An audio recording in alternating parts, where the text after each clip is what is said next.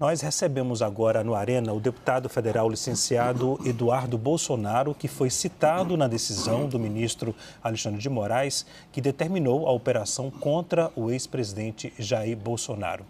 Eu agradeço, portanto, o convite ao deputado licenciado Eduardo Bolsonaro. Obrigado pela participação aqui no Arena. Boa noite, deputado.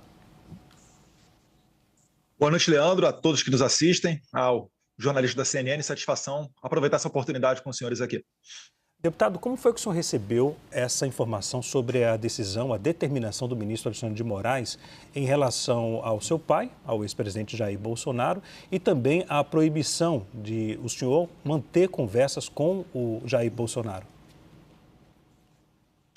Olha, uma decisão muito mais do que lamentável, né? Ela é repugnante e ela só reforça a ditadura que a gente está vivendo no Brasil. Não dá mais para tratar isso daí como democracia.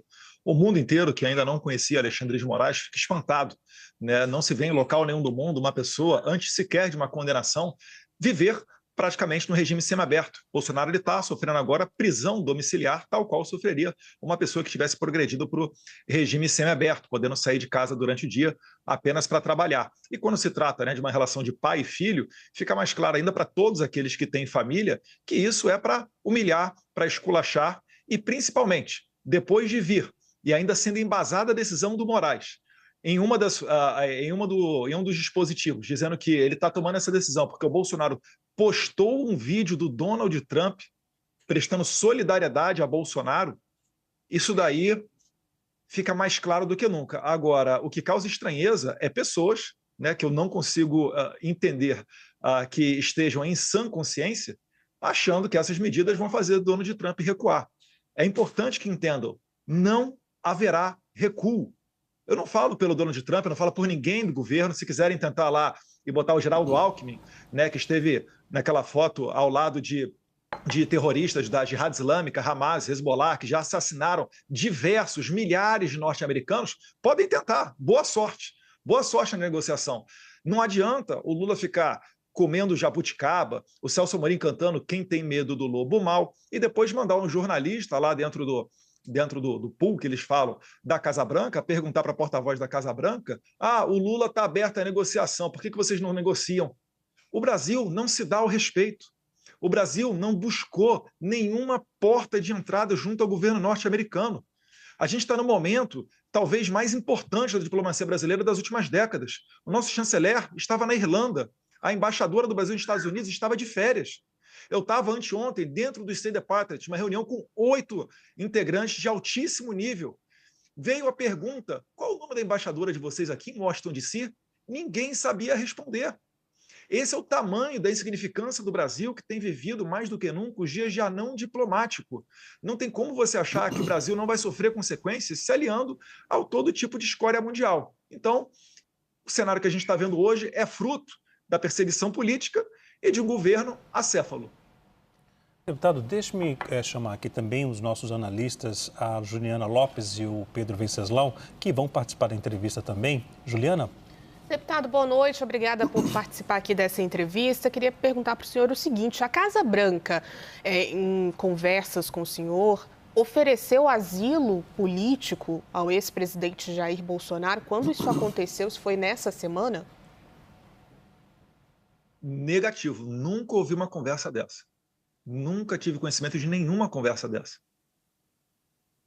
Porque tem Eu não tenho nem o que dizer, não tenho nem o que dizer sobre isso. Tem algumas agências, né, falando sobre isso ter sido passado por Paulo Figueiredo também, sobre a possibilidade de asilo político. A gente falou com o ex-presidente Jair Bolsonaro aqui nessa semana e ele negou que tenha qualquer tipo de articulação. Por isso, a pergunta ao senhor se isso foi oferecido ali do outro lado pela Casa Branca.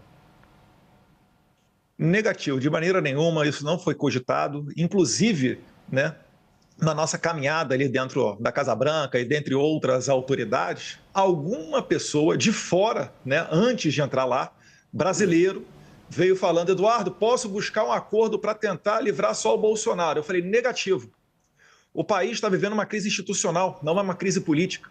Eu não estou aqui para defender o Jair Bolsonaro e nunca tive nenhuma conversa com ninguém do State Department ou ninguém da Casa Branca ou ninguém dentro do Congresso Nacional visando Jair Bolsonaro. Bolsonaro, ele é só mais um dos perseguidos. É claro que tem muita notoriedade porque ele lidera o movimento. Na verdade, querem calar muitas pessoas no Brasil. O Bolsonaro, ele só está no meio do caminho.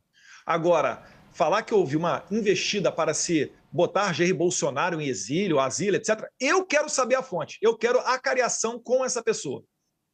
Deputado, essa pessoa com quem o senhor conversou é da Casa Branca?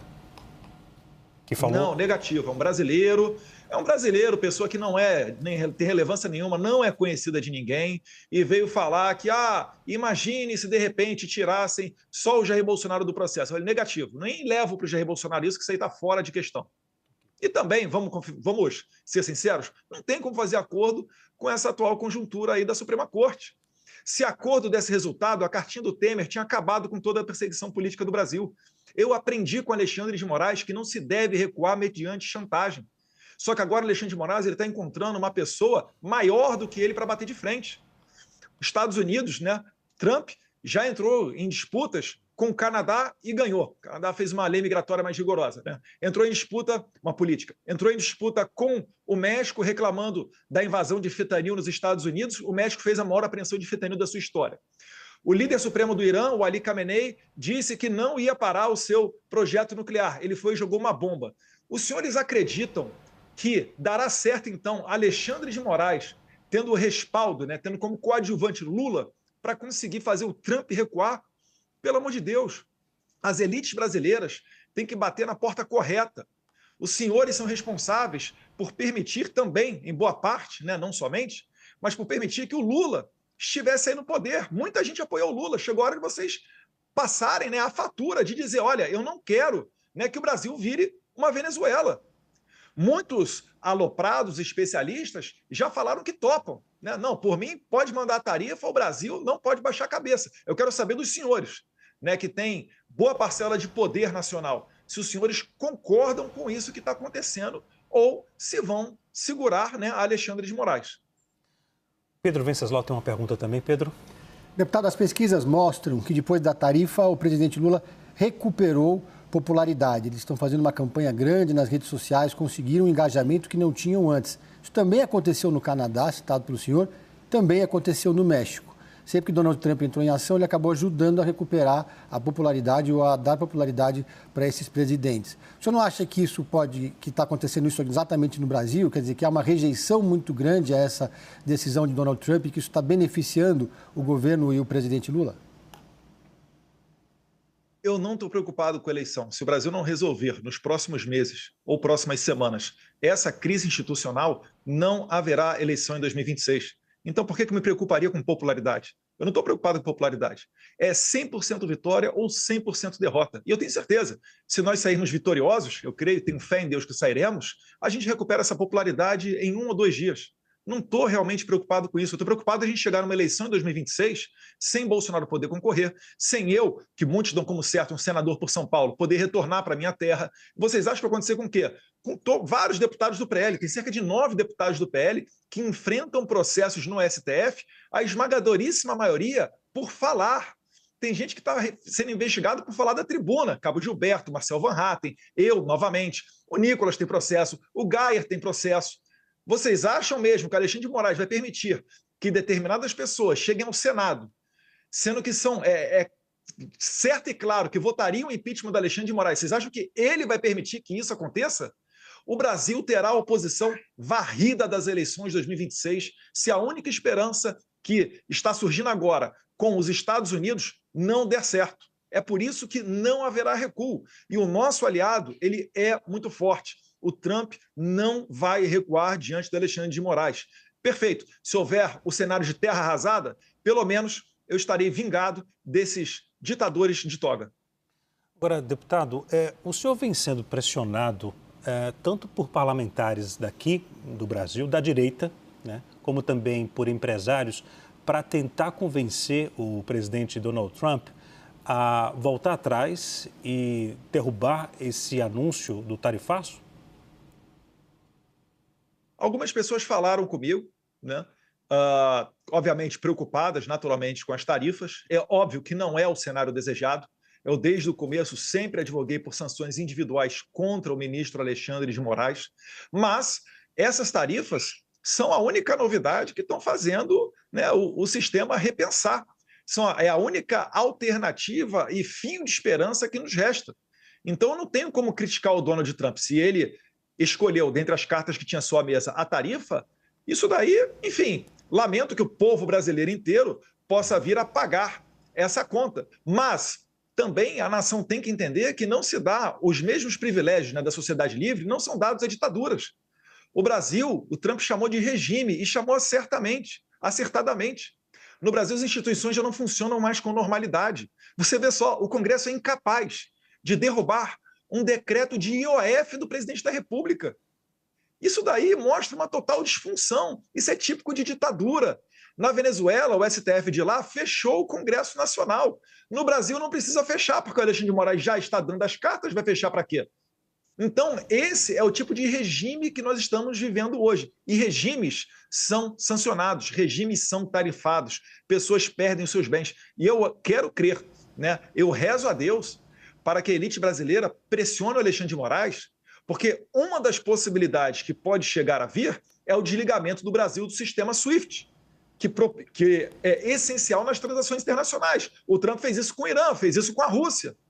Se fizer com o Brasil, isso vai causar uma pancada muito maior do que a tarifa Moraes de 50%.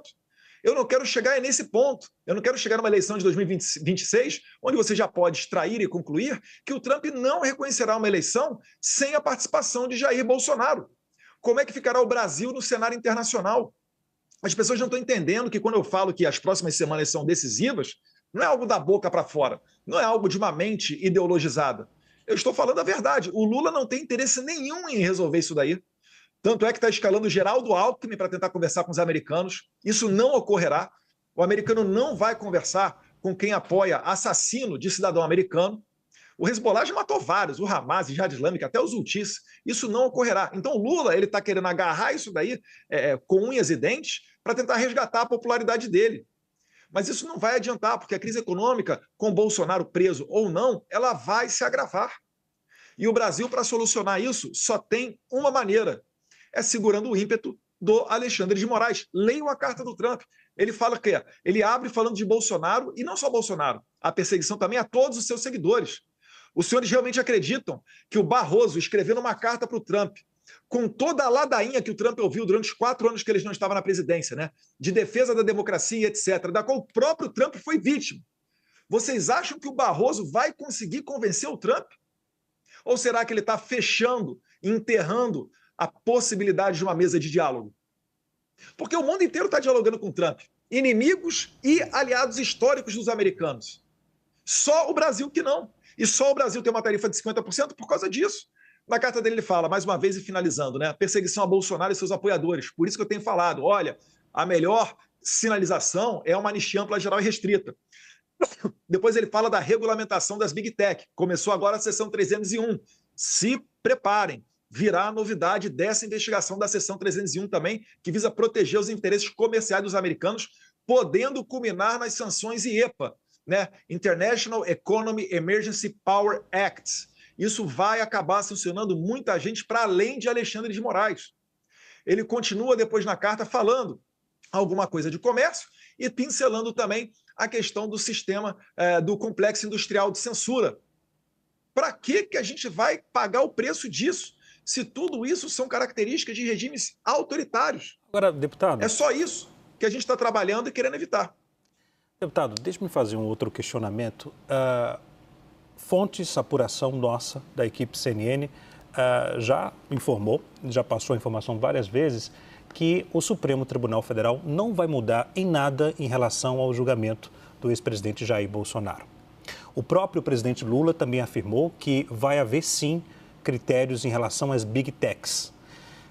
Nesse cenário de embate entre as instituições aqui no Brasil e ações do governo norte-americano, a população, e eu incluo aí até grupos e aliados da direita que apoiaram e apoiam tanto o senhor quanto o ex-presidente Jair Bolsonaro, Isso não pode fazer com que, além do país virar um caos, a direita também perder apoio de segmentos que apoiaram lá atrás e apoiam hoje? E você acredita, Leandro, que retirando as tarifas e dando uma sobrevida para o Brasil, onde a gente vai haver uma eleição sem a oposição, com esse governo que aí está resgatando a sua popularidade, a gente só vai adiar o dia da batalha final.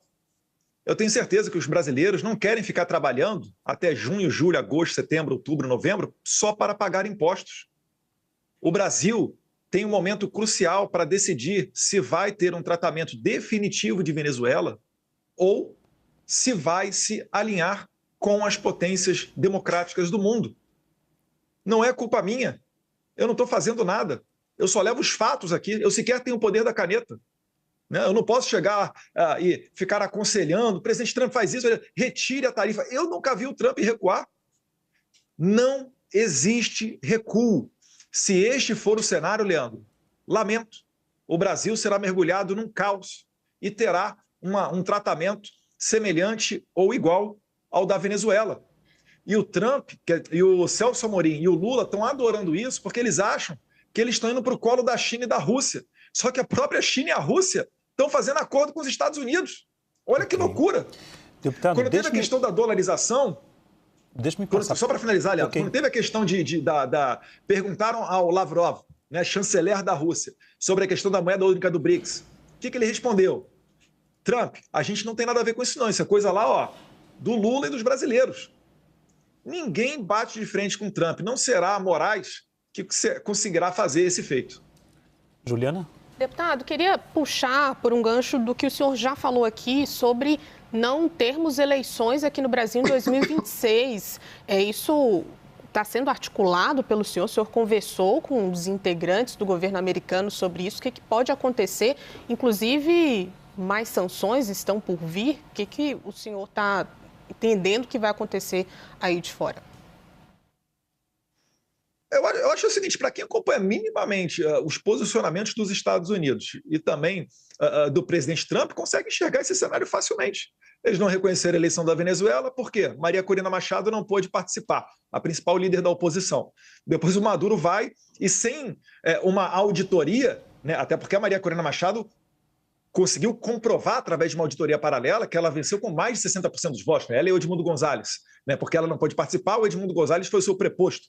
Mas ela comprovou que venceu, o Maduro recorreu ao seu TSE, o TSE saiu de uma salinha dizendo, olha, saímos da sala aqui agora de apuração, 51% dos votos a favor do Maduro.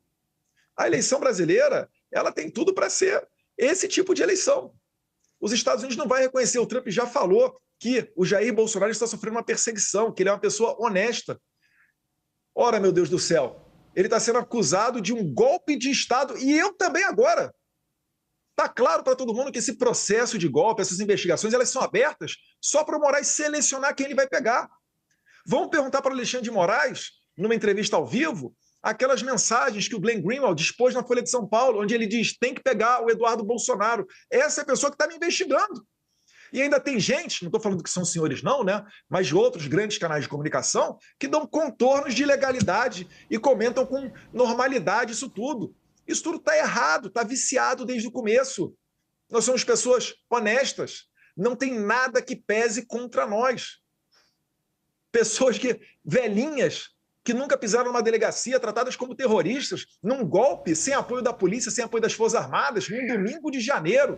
O próprio Moraes estava de férias lá em Paris, Bolsonaro estava nos Estados Unidos.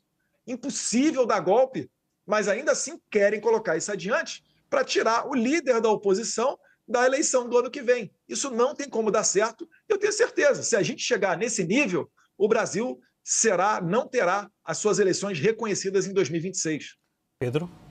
Deputado, pelo que o senhor está falando de uma eleição sem oposição, o senhor defende, então, que caso o seu pai, o ex-presidente Jair Bolsonaro, continue inelegível até o ano que vem, caso ele seja preso, a oposição não deve disputar o processo eleitoral como uma forma de protesto, por exemplo, ou a oposição deve lançar um dos tantos candidatos, apoiar um dos tantos candidatos que já se apresentaram, como Tarcísio Gomes de Freitas, Ratinho Júnior, Romeu Zema, entre outros? Esse é um debate que é muito válido, né? Um Congresso que atualmente não consegue derrubar o IOF, imagina no que vem, com o presidente preso, o filho dele exilado, um monte de deputado fora. Será que vai valer a pena a presidência? Vocês acham que um presidente que queira dar anistia ao Bolsonaro, ele vai conseguir fazê-lo? Ou será que o STF vai inventar uma manobra judicial para dizer que não vale essa anistia? Entendem o ponto que nós estamos chegando? Bolsonaro, né, o Brasil já viu várias pessoas serem anistiadas. Numa das anistias da Dilma Rousseff, ela livrou o Zé Dirceu e o José Genuíno. Quando o Bolsonaro foi dar uma anistia para o Daniel Silveira, aí não vale. Não tem como você confiar nesse sistema. Esse sistema está podre. O Brasil está tendo uma crise institucional. É por isso que quem enxerga essa questão atual com os Estados Unidos apenas pelo ponto de vista comercial ou econômico, está fazendo uma análise totalmente equivocada. Eu entendo, né, a agonia do produtor brasileiro, a agonia do comerciante nacional, do trabalhador, mas, mais uma vez, né, eu sempre advoguei por sanções individuais ao Alexandre de Moraes. Vieram as tarifas, né? Agora é trabalhar com isso daí. Agradeço ao Trump por ele comprar essa briga, né? Uma briga justa, uma briga que vale a pena, e Deus quiser terá sucesso, porque senão, mais uma vez, o Brasil vai definitivamente virar uma Venezuela. Deputado, esses setores todos querem que o senhor ou Jair Bolsonaro peçam para Trump voltar atrás em relação a essas tarifas. O que o senhor responde para esses setores aqui do Brasil, principalmente para o agro?